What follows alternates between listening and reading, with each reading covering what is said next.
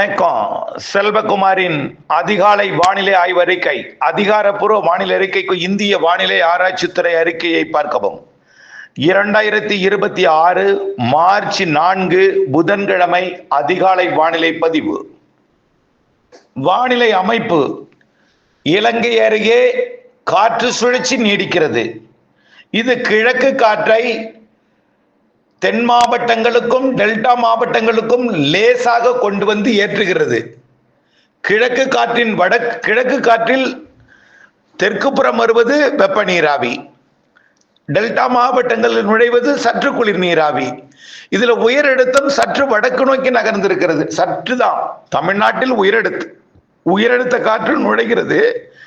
ஆனால் ஈரோடு போகும் உயரழுத்த காற்றை விட திருப்பத்தூர், வேலூர், ராணிப்பேட்டை, திருவண்ணாமலை மாவட்டங்களுக்குள் நுழையும் உயரழுத்த காற்று கொஞ்சம் கூடுதல். அதாவது உயரழுத்த காற்று என்பது இரவு நேரத்தில் குளிரை கொடுக்கும், பகல் நேரத்தில் அனலை கொடுக்கும். பகல் நேரத்தில் சூரியன் வெப்பம் வந்ததும் அந்த காற்றில் இருக்கக்கூடிய ஈரப்பதம் லேசாக்கி மேலெடுந்து அனல் காற்றாக உள்ளே போகும். இதன் காரணமாக ஈரோடை முந்தும் இன்றைக்கு வேலூர்.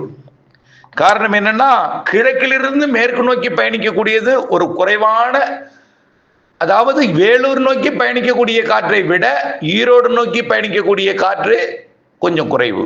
அதாவது குளிர்ச்சித்தன்மை குறைவு, குளிர்ச்சித்தன்மை அதிகம் வடக்கு நோக்கி பயணிப்பது. இரவு நேரத்தில் குளிர் அதிகமாக இருக்கும், பனிப்பொழிவு இருக்கும், மூடுபனி இருக்கும் வடக்கே, அதாவது ஆந்திர எல்லையோரம். அது அப்படியே தலைகீழாக மதியம் அனலை கொடுக்கும். மதியம்னா சரியா ஒரு 3 மணி அளவில் தான் உள்ளே வருவதற்கு தாமதம் ஏற்படும். 2 மணிக்கு மேல 3 மணி இல்ல. வேலூர் ஈரோடை விட முந்தும் வெப்பம். ஈரோடு 36, 37 டிகிரி செல்சியஸ் என்றால் வேலூர் 37, 38 தொடலாம். இப்போ ஈரோடு என்றால் கரூர் மற்றும் அதனை ஒட்டியுள்ள நாமக்கல் மாவட்டம், அதனை ஒட்டியுள்ள கரூர் மாவட்டத்தோட எல்லையோர திருப்பூர் மாவட்டம், இந்த பகுதியெல்லாம் நாம சேர்த்துக்கிறணும். அதாவது பாலக்காட்டு கணவாய்க்கு வடக்கேயும் அதன் உள்ளேயும், அதாவது தாராபுரம் இருந்து ஈரோடு வரைக்கும் உள்ள பகுதி கொஞ்சம் வெப்பம் அதிகமா இருக்கும். ஆனால் அச்சப்படுத்தவில்லை, 100 டிகிரியை தாண்டாது. நல்லா புரிஞ்சுக்கிங்க. வெப்பம் பிற இடங்களை ஒப்பிடும் பொழுது இங்கதான் அதிகமா இருக்கும். அதுவும் எவ்வளவுன்னா 37 டிகிரி செல்சியஸ், 98.6 டிகிரி ஃபாரன்ஹீட் இருக்கும். அவ்வளவுதான். 37 டிகிரி செல்சியஸ் என்பது 98.6, 100 டிகிரி எட்டலாம், நெருங்கலாம், அவ்வளவுதான். ரைட். இதை விட கூடுதலாக வேலூரில் இருக்கும். வேலூர் மட்டுமல்ல, ஆம்பூர், அதன் சுற்றுவட்டார பகுதி. வேலூர் நம்பர் 1 இடத்தை பிடிக்கும். வேலூர்ல எவ்வளவு இருக்குன்னா 38 தொடும். 38 என்பது 100 டிகிரி ஃபாரன்ஹீட். ஆக இன்றைக்கு வெயில் எங்க அதிகமா இருக்கும்? ஈரோடை விட வேலூர் கூடுதலா இருக்கும். ரைட். ஏன்னா உயரழுத்தம் சற்று வடக்கு நோக்கி விலகி இருக்கு. உயரழுத்த காற்று தான் குளிரையும் தரும், வெயிலையும் தரும். புரியுதுங்களா? கிழக்கிலிருந்து வரக்கூடிய காற்று கொஞ்சம் ஈரப்பதம், கொஞ்சம் மேகமூட்டத்தை கொடுக்கும்.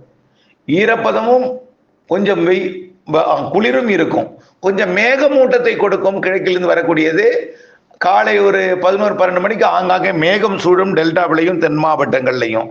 ஆனால் அது பெரிய அளவிலே மழையை தராது. தென் மாவட்டங்கள்ல ஓரிடங்கள்ல தூறலாம் 2 நாளைக்கு, இன்னைக்கும் நாளைக்கும்.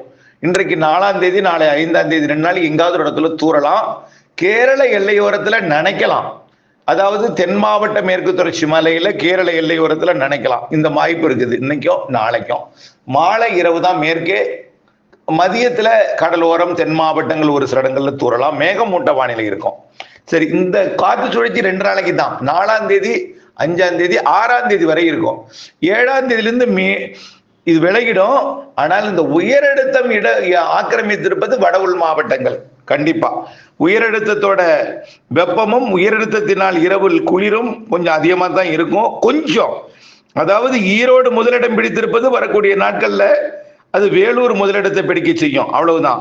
இதே வெப்பம் நாளைக்கு எவ்வளவு இருக்குன்னு பார்த்தீங்கன்னா, சேலத்துல கொஞ்சம் கூடும். சேலம் மற்றும் ஈரோடு, அதாவது ஈரோடை விட சேலம் கூடி இருக்கும். இல்லைன்னா ஈரோடு சேலமும் கிட்டத்தட்ட ஒரே மாதிரி இருக்கும். 37 இருக்கும். 37, 38 கூட நாளைக்கு போகலாம். 38 கூட நாளைக்கு போகலாம், ஆனால் 37 உறுதி. அதே நேரத்தில் வேலூர் 38, 38 என்பது 100 டிகிரி, 37 என்பது 98.6. புரியுதுங்களா? இந்த இடத்துல மட்டும்தான். இப்ப என்ன சொல்றேன் சுருக்கமா, 100 டிகிரிக்கு மேல போகாது. இது மார்ச் மாதம். மார்ச் மாதத்துல சூரியன் குத்துக்கதிர் குமரி முனையை நெருங்கக்கூடிய காலம். ஏப்ரல் 11ஆம் தேதியிலிருந்து ஏப்ரல் 27ஆம் தேதி வரைக்கும் தமிழ்நாட்டில் சூரியன் குத்துக்கதிர் விடக்கூடிய காலம். ஆகவே சூரியன் குத்துக்கதிர் தமிழ்நாட்டை நெருங்கி கொண்டிருக்கும். அதனால வெப்பம் உயரும். ஆனால் இதே நாளிலே, இதே ஆண்டுகளிலே, இந்த நாளில் இருந்த சராசரி வெப்பம் அதே அளவு தான் இருக்கு. இதை விட கூடுதல் எல்லாம் போகல. பிப்ரவரி எல்லாம் அனல் கொளுத்திறதெல்லாம் நினைவு பார்க்கணும், நினைத்து பார்க்கணும். 100 டிகிரி வெப்பம் வரக்கூடிய நாட்கள்ல கூட 100 டிகிரி வெப்பம் வராது. நான் சொல்றது கேளுங்க. எப்போ வெப்பம் குறைய போகுது கொஞ்சம். அடுத்த அதாவது 2வது 3வது வாரத்துல வெப்பம் கொஞ்சம் குறைய போகுது. ஆனாலும் குளிர்சாதன வசதியில இருந்தவர்கள், வெப்பத்தையே வெளியிலேயே வராதவங்களுக்கு வெளில வந்தா வெயில் அதிகமாக தான் தெரியும். பொதுவாக கடந்த ஆண்டை ஒப்பிடும் பொழுது, பட்டியலை எடுத்து பார்க்கும் பொழுது, இந்த நாளில் கடந்த ஆண்டு வெப்பம் எப்படி இருக்கிறது என்று பார்ப்பவர்களுக்கு பார்த்தால் புரியும். சராசரி வெப்பம் தான் இருக்கும். அறிக்கை தான் அச்சுறுத்தும். ஓகே, 100 டிகிரிக்குள்ள தான் இருக்கும். அப்புறம் இந்த 6, 7 கொஞ்சம் வெப்பம் கூடும். இன்னைக்கு 4, 5 தான் வெப்பம் கொஞ்சம் ஓரளவு 100 டிகிரியை ஒட்டி இருக்கும்.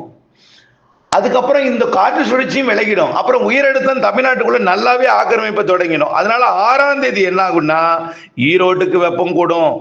ஏற்கனவே நாம ஈரோட்டுக்கு இல்லாம எங்க போகணும்னு சொன்னோம், திருப்பதி உள்ளிட்ட வேலூர் உள்ளிட்ட பகுதிகளுக்கு போகும். வேலூர் 39 ஆகுங்க, ஒரே ஒரு நாள் மட்டும். 39 என்பது 102. எப்போ 6ஆம் தேதி வேலூர் 39 ஆகும். அச்சப்பட வேண்டாம்.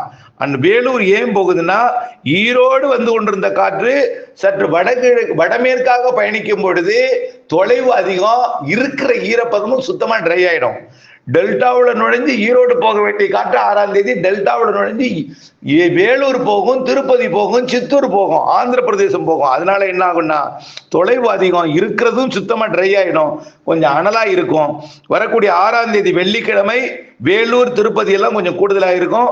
திருப்பதி 100 டிகிரியா இருக்கும், வேலூர் 102 இருக்கும், 102 இருக்கும். ஆனால் ஈரோடை பொறுத்த வரைக்கும் அது சாதாரணமா 37, 38 தான் இருக்கும். 38 இருக்கும், 100 டிகிரி. ஈரோடு 100ங்க, வேலூர் 102 வச்சுங்க. இன்னைக்கு ஈரோடு 98, வேலூர் 100. அப்ப நாளைக்கு கொஞ்சம் வெப்பம் கூடும். நாளை மறுநாள் வெப்பம் கூடும். இந்த வெப்பம் கூடி இருப்பது வரக்கூடிய 8ஆம் தேதி வரைக்கும் தான். 8ஆம் தேதி வரை தான் வெப்பம் கூடி இருக்கும். அதாவது என்றைக்கு வெப்பம் கூடி இருக்கும், 5, 4ஆம் தேதி இன்னைக்கு வேலூர் கூடி தான் இருக்கும்.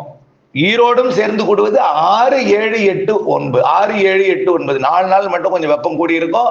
வேலூர்ல 102, ஈரோட்ல 100 இருக்கும். ஈரோடு மட்டுமல்ல, கரூர் பரமத்தி 100 டிகிரி இருக்கும். 6, 7, 8. பரமத்தி வேலூரும் அப்படித்தான் இருக்கும். கரூரை ஒட்டிய நாமக்கல் மாவட்டம், அதே போல கரூர் மாவட்டம் மற்றும் அதனை ஒட்டியுள்ள திருப்பூர் மாவட்டம், ஈரோடு மாவட்ட காவிரி கரையோரம், இந்த பகுதி தான் அதிகமா இருக்கும். இந்த பகுதி அதிகமா இருக்கும் பொழுது கோயம்புத்தூர் கூட கொஞ்சம் வெப்பம் அதிகமா இருக்கும். பொள்ளாச்சி, உடுமலைப்பேட்டை கொஞ்சம் வெப்பம் அதிகமா இருக்கும். காரணம் என்னன்னா, உயரழுத்த காற்று உள்ளே நுழையும் பொழுது அது வெளியாகக்கூடிய வழித்தடம் அரபிக்கடலாக நோக்கி பயணிக்கும் பொழுது பாலக்காட்டு கணவாயாக இருக்கும். புரியுதுங்களா? அதனாலதான். ஏன்னா உயரழுத்தம் தாழ்வு சுழற்சி விலகிய பிறகு உயரழுத்தம் வந்து ஆக்கிரமிச்சிடும். உயரழுத்தம் இரவிலே குளிரும், பகலில வெயிலையும் கொடுக்கும். 3 நாளைக்கு வெயில், 4 நாளைக்கு வெயில் கொஞ்சம் கூடுதலா இருக்கும்னு ஏற்கனவே நாம சொல்லியிருக்கிறத நான் நினைவுபடுத்த விரும்புறேன். 102 ஆகும் வேலூர். Right, okay. அடுத்தபடியாக 8ஆம் தேதிக்கு மேல 9ஆம் தேதியிலிருந்து கண்டிப்பா 10ஆம் தேதியிலிருந்து 20ஆம் தேதி வரை வெப்பம் குறையும். வேலூரே 100க்கு கீழே தான் இருக்கும். ரொம்ப ரொம்ப குறையும். சில நாள்லாம் 36 தான் இருக்கும். சில நாள்லாம் 36ங்கிறது 96.8 டிகிரி ஃபாரன்ஹீட். 9ஆம் தேதியிலிருந்து 20ஆம் தேதி வரைக்கும், ஏன் மாச கடைசி வரைக்கும் கொஞ்சம் குறைவா தான் இருக்கும். மாத இறுதியில தான், மார்ச் 21 தான் சூரியன் குத்துக்கதிர் நிலநடுக்கோட்டுக்கு வந்து வடக்கு நோக்கி வரப்போகுது.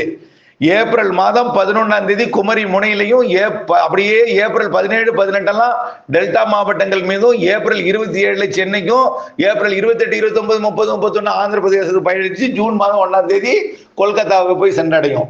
இப்படி வடித்த இடத்துல மார்ச் 21க்கு மேல சூரியன் குத்துக்கதிர் நெருங்கினாலும் கொஞ்சம் வெப்பம் இன்றைக்கு, அதாவது இந்த வரக்கூடிய 6, 7, 8 தேதியில் இருக்கிற வெப்பத்தை விட குறைவாக இருக்கும். ஆகா, இன்னைக்கே இப்படி இருக்கே, அப்ப ஏப்ரல் மே தளத்து வெடிச்சிருமோ அப்படின்னு நீங்க பயப்படுவீங்க. அதுக்காக நான் சொல்றேன், 6, 7, 8 3 நாளும் இருக்கக்கூடிய செட்டிங் அம்மாதிரி இருக்கு. ரொம்ப தொலைவிலேயே காற்று இறங்குகிறது, உயரடுத்த காற்று தொலைவிலிருந்தே வெப்பமடைந்து வருகிறது. கொஞ்சம் கூட நீராவி இல்லாமல் போயிடும். ஆனா அதே பகல்ல நீராவி இல்லாமல் இருக்கும். இரவில அதிக நீராவியை கொடுத்து குளிரை கொடுக்கும். நல்லா புரிஞ்சுங்க. அதிகாலை நேரத்துல குளிர்ச்சியா இருக்கும். 22, 21 டிகிரி தான் இருக்கும். 21 டிகிரி இருக்கும். 21 அப்படியே மதியம் 3 மணிக்கு என்ன ஆகுதுன்னா கடுமையான வெயிலாக 39 டிகிரியாக போகும் வேலூர், 38 இருக்கும் ஈரோடு, கரூர், பரமத்தி. பாக்கி இடம்லாம் கொஞ்சம் கூடி இருக்கும். அது நீங்கள் இது கோடை என்பதை நினைவுபடுத்திக்கணும். ஆக இப்பயே இவ்வளவு வெயில் இருக்கு, ஏப்ரல் மேல ரொம்ப தாங்காதுன்னு நினைச்சிடாதீங்க. அப்படி இருக்காது. செட்டிங் மாறி மாறி செட் ஆகும். 10ஆம் தேதியிலிருந்து 20ஆம் தேதி வரை வெப்பம் குறையும்னா குளிர்ச்சியா ஜில்லுன்னு ஐஸ் கட்டி ஆகாது. 36 டிகிரியாக இருக்கும். 36 என்பது 96.8 டிகிரி ஃபாரன்ஹீட். இது எங்க? கரூர். நான் பேசுவதெல்லாம் அதிகபட்ச வெப்பம். கடலோரம் எவ்வளவு தெரியுமா இருக்கும்? சாதா 33, 34 தான் இருக்கும். 95 டிகிரி ஃபாரன்ஹீட்டுக்குள்ளதான் இருக்கும் கடலோரம். அதிகபட்ச வெப்பநிலையே உங்களுக்கு நம்ம நேற்றைக்கு அனுபவிச்சதெல்லாம் உங்களால தாங்க முடியல என்று சொல்லுகிறக்கூடிய வெப்பமே 96.8 தான். 100 டிகிரியோட கிடையாது. நாம பழுதையெல்லாம் மறந்துடுறோம். மரங்கள் குறைவாக இருக்கக்கூடிய இடத்தில் இருந்தால் உணரும் வெப்பம் அதிகமாக இருக்கும். அவ்வளவுதான். அதே போலதான் புழுக்கம் கொஞ்சம் அதிகமா இருக்கும் சில நேரங்கள்ல. அவ்வளவுதான். அதனால வெப்பம் உணர்வது, சூடு அதிகமா உணரப்படுகிறது. சரி, மழை எப்போ? ரைட், இன்றைக்கு நாளைக்கு லேச தென் மாவட்டங்கள்ல ஒரு சில இடங்கள்ல தூறலாம்னு சொல்லி இருக்கிறோம். அதுக்கு அடுத்த மழைனா 8ஆம் தேதியிலிருந்து 20ஆம் தேதி வரை அடுத்தடுத்த 2 காற்று சுழற்சி வருதுன்னு சொல்லி இருக்கிறோம். அதுல மழை உறுதி. 10ஆம் தேதியிலிருந்து 20ஆம் தேதிக்குள்ளர, அதாவது முதல் சுழற்சியால் 10 to 14, இரண்டாவது சுழற்சியால் 15 to 20, 2 சுழற்சியால மழை வாய்ப்பு இருக்கு. கண்டிப்பா தென் மாவட்டங்கள், தென் மாவட்ட மேற்கு தொடர்ச்சி மலை, கேரளா மற்றும் மேற்கு மாவட்டங்கள்ல இருக்கு. கடந்த சில நாட்களுக்கு முன்பு பெய்தது போல தென் மாவட்டங்கள், மேற்கு மாவட்டங்கள், மேற்கு தொடர்ச்சி மலைப்பகுதிகள் ஆங்காங்கே தான். புரியுதுங்களா? ஒதுக்கி நல்லா பாருங்க, மனசாட்சியை தொட்டு சொல்லுங்க. ஒதுக்கின்னு தான் சொல்றோம். கடந்த முறை பெய்ததா இல்லையா? ஒதுக்கி. அதே போல ஆங்காங்கே இந்த மாத இறுதியில் இருக்கு. டெல்டா மாவட்டங்களுக்கும் தூறல் சாரல் நனைக்கும் மழை பொழிவு குறைந்தபட்சம் தெரிகிறது. சற்று கூடுதலுக்கும் வாய்ப்பு இருக்கு. ஆனால் நான் எதுவும் கூடுதலாக இருக்கும்னு நான் சொல்லல, அச்சமோ பீதியோ படுத்தல. உங்க விருப்பத்திற்கு பணி செய்யலாம். அப்டேட்ஸோட இணைந்திருக்கணும். அவ்வளவுதான். 8ஆம் தேதிக்கு மேல் வெப்பம் கொஞ்சம் குறையுங்கிற அறிக்கையை மட்டும் டெல்டா கொடுத்திருக்கேன்.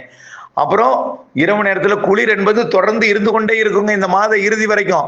சூரியனின் குத்துக்கதிர் வரக்கூடிய மார்ச் 21க்கு அப்புறம் கொஞ்சம் இரவு நேர வெப்பநிலை கொஞ்சம் கூடலாம். ஆனால் அது வரைக்கும் மாத இறுதி வரைக்கும் இரவு நேர வெப்பநிலை குறைந்தும் பகல் நேர வெப்பநிலை உயர்ந்திருந்தாலும் அதிகபட்சம் 102 வேலூர் எட்டும், வரக்கூடிய 6, 7, 8 அதற்கு பிறகு குறைந்து சீராக இருக்கும். 100 டிகிரிக்குள் இருக்கும். இந்த மாத இறுதியில வரக்கூடிய நிகழ்வு இந்த மாத 10ஆம் தேதியிலிருந்து 20ஆம் தேதி வரை 2 நிகழ்வு இருக்கு. அது காற்று சுழற்சி, தாழ்வு நிலை, தாழ்வு பகுதியாக மாறலாம். ஆனால் நமக்கு மழை எப்படி இருக்கும், தமிழ்நாட்டிற்கு எப்படி இருக்கும் என்பதில் ஆய்வில் இருக்கு.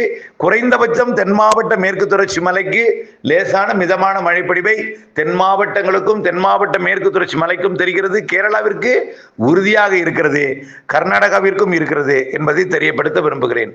ஓகே, 8ஆம் தேதிக்கு மேல் வரக்கூடிய காற்று சுழற்சி ஆய்வில் இருக்கிறது. வரட்டும், எப்படி இருக்கும், எப்படி அமையும், செட்டிங் எப்படி செட் ஆகிறது என்பதை பார்ப்போம். அதற்கு பிறகு மழை அறிவிப்பை கொடுப்போம். அதுவரை இந்த வெயிலும் இந்த மேகமூட்ட வானிலையும் அதற்கப்புறம் வெயில் ஏறி இறங்குவதும் என்பதை புரிந்து கொண்டு இணைந்திருங்கள் அப்டேட்ஸுடன். நன்றி.